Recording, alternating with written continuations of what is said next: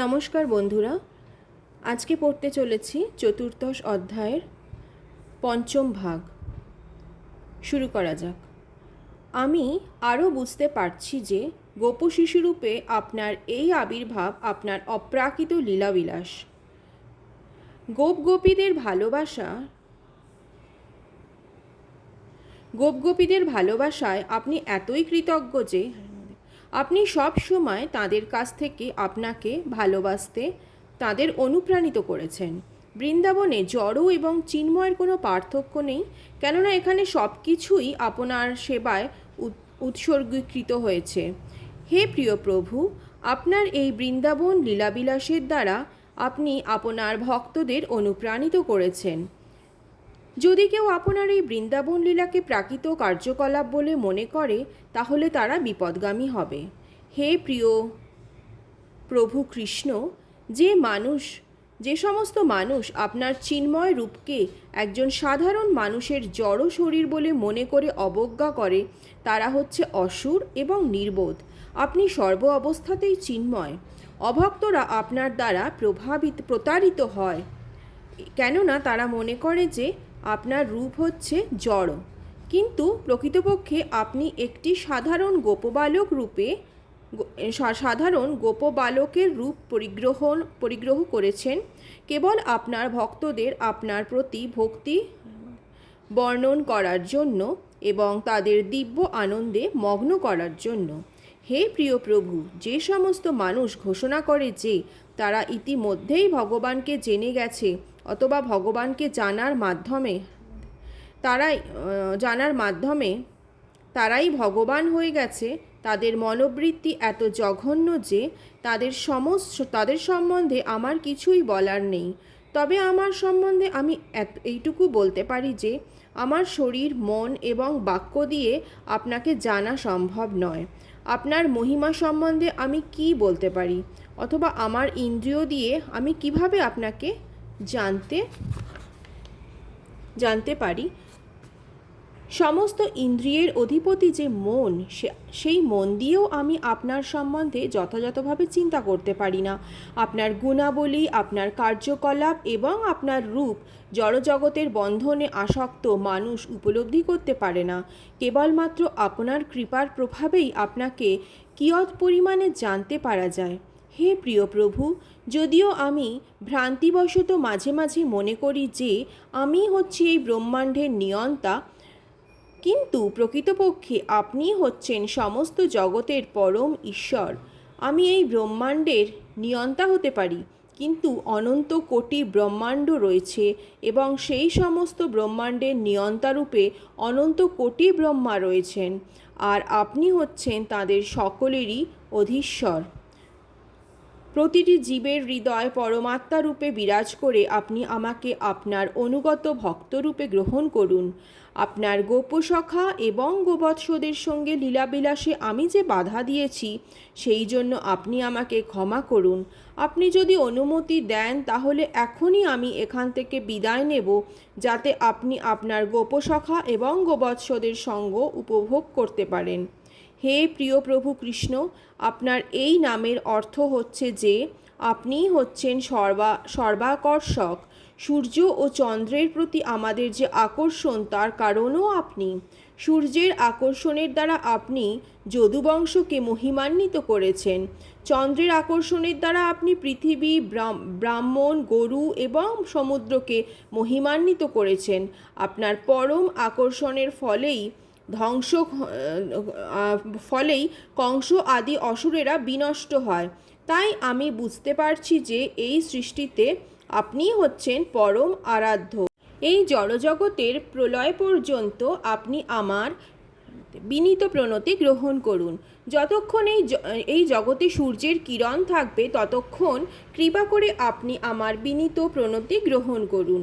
এইভাবে এই ব্রহ্মাণ্ডের নিয়ন্তা ব্রহ্মা পরমেশ্বর ভগবান শ্রীকৃষ্ণকে 3 বার প্রদক্ষিণ করেন। সশ্রদ্ধ প্রণতি জানিয়ে তাঁর আলয় ব্রহ্মলোকে ফিরে যাওয়ার জন্য প্রস্তুত হলেন।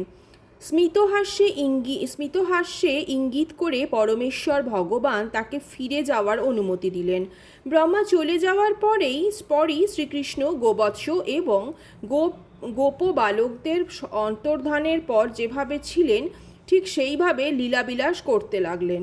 শ্রীকৃষ্ণ যমুনার তীরে ভোজনরত অবস্থায় তার বন্ধুদের কাছ থেকে চলে গিয়েছিলেন এবং যদিও তিনি ঠিক 1 বছর পরে ফিরে এলেন, গোপবালকেরা মনে করল যে 1 মুহূর্ত পরে যেন কৃষ্ণ তাদের কাছে ফিরে এলেন। এটাই হচ্ছে শ্রীকৃষ্ণের অন্তরঙ্গা শক্তি এবং লীলাবিলাসের ধরন। ভগবদ্গীতায় বলা হয়েছে যে শ্রীকৃষ্ণ সকলের হৃদয় বিরাজ করছেন এবং তিনি স্মৃতি ও বিস্মৃতির কারণ। প্রতিটি জীবই পরমেশ্বর ভগবানের শক্তির দ্বারা নিয়ন্ত্রিত হয়। কখন তারা তাদের স্বরূপ বিস্মৃত হয়, কখন তারা তাদের স্বরূপ বিস্মৃত হয়, আবার কখন তাদের স্বরূপ সম্বন্ধে স্মৃতির উদয় হয়। এইভাবে ভগবানের এটা কখনো হবে, কখনো তারা তাদের স্বরূপ বিস্মৃত হয়, আবার কখনো তাদের স্বরূপ সম্বন্ধে স্মৃতির উদয় হয়। এইভাবে ভগবানের দ্বারা নিয়ন্ত্রিত হয়ে তার সখারা বুঝতে পারল যে পুরো 1 বছর তারা সেই গোচরণ ভূমিতে উপস্থিত ছিল না এবং সেই সময় তারা ব্রহ্মার দ্বারা মেঘাচ্ছন্ন ছিল। কৃষ্ণ যখন তাদের কাছে এলো তখন সেই সমস্ত গোপবালকেরা ভাবল 1 নিমেষের মধ্যেই যেন কৃষ্ণ তাদের কাছে ফিরে এসেছে। তারা মনে করল যে মধ্যাহ্নভোজন ছেড়ে যেতে কৃষ্ণের ইচ্ছা হচ্ছিল না এবং তাই তারা হাসতে লাগলো। আনন্দে উৎফুল্ল হয়ে তারা কৃষ্ণকে আহ্বান করল, প্রিয় সখা কৃষ্ণ, তুমি এত তাড়াতাড়ি ফিরে এসেছো?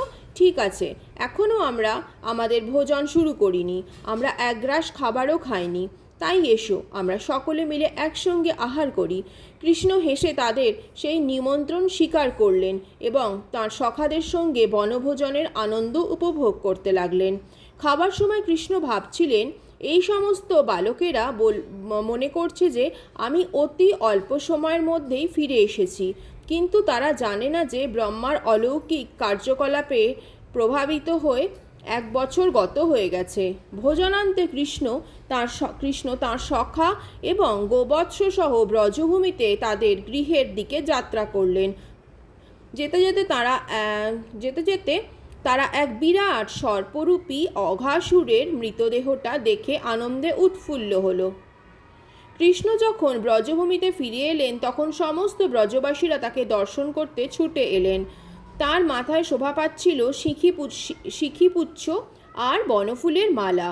তার গলদেশেও ফুলমালা শোভা পাচ্ছিল এবং গোবর্ধন পর্বতের গুহা থেকে আহরণ করা নানা রকম ধাতব রং দিয়ে তার শরীর রঞ্জিত হয়েছিল।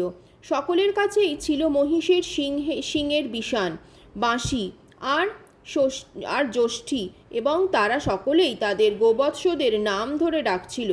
কৃষ্ণের অপূর্ব সমস্ত কার্যকলাপে তারা এতই গর্বান্বিত ছিল যে গ্রামে প্রবেশ করার সময় তারা সকলেই তার মহিমা কীর্তন করতে লাগলো। বৃন্দাবনের গোপাঙ্গনারা অপূর্ব মাধুর্যমণ্ডিত কৃষ্ণকে গ্রামে প্রবেশ করতে দেখলেন। সুন্দর সুন্দর গান রচনা করে গোপ শিশুরা বর্ণনা করতে লাগলো কিভাবে বিরাট সর্পের গ্রাস থেকে তারা রক্ষা পেয়েছে এবং কিভাবে সেই সাপটিকে কৃষ্ণ সংহার করেছে। কেউ কেউ কৃষ্ণকে যশোদানন্দন বলে বর্ণনা করলো আর কেউ তাকে নন্দদুলাল বলে বর্ণনা করলো। তারা বলল, কৃষ্ণের কার্যকলাপ এতই অদ্ভুত যে সে আমাদের এক বিরাট সর্পের গ্রাস থেকে রক্ষা করে তাকে সংহার করেছে। তাদের কোনো ধারণাই ছিল না যে অঘাসুর সংহারের পর 1 বছর কেটে গেছে। আজকে তাহলে চতুর্দশ অধ্যায়ের 5ম ভাগ এটুকুনিই থাক। পরবর্তী ভিডিওতে চতুর্দশ অধ্যায়ের বাকি অংশটা পড়ে শোনাবো। ধন্যবাদ সাথে থাকার জন্য। শুনতে থাকুন। হরে কৃষ্ণ।